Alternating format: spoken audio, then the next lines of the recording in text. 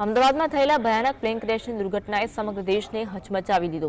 આ ઘટનામાં રાજકોટ જિલ્લાના ધોરાજીના બીજે મેડિકલ કોલેજના MBBSના વિદ્યાર્થી ડેવિન ભાવેશભાઈ જીવાણીનો આબાદ બચાવ થયો। ડેવિને આ ઘટનાની આપવીતી વર્ણવતા જણાવ્યું કે પ્રચંડ ધડાકો થયો અને આખી બિલ્ડિંગ ધ્રુજી ઉઠી। ધુમાડાના ગોટે ગોટા દેખાવાનું બંધ થયું હતું। બહાર નીકળ્યો ત્યારે ખબર પડી કે બિલ્ડિંગ પર પ્લેન ક્રેશ થયું।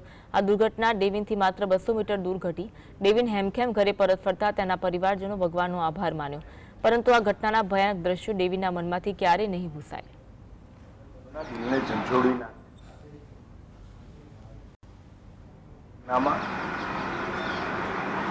જે પ્રકારની ઘટના બની છે એમાં આદરણીય વિજયભાઈ પણ સવાર હતા।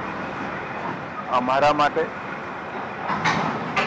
ભારતીય જનતા પાર્ટી અને ગુજરાત અને દેશ માટે પણ એક એવા સમાજસેવી, રાજનીતિજ્ઞ અને લોકોના હિત માટે સતત કામ કરતા સંઘર્ષશીલ વિદ્યાર્થી કાળથી એવા એક અમે અમારા આગેવાન ગુમાવ્યા છે।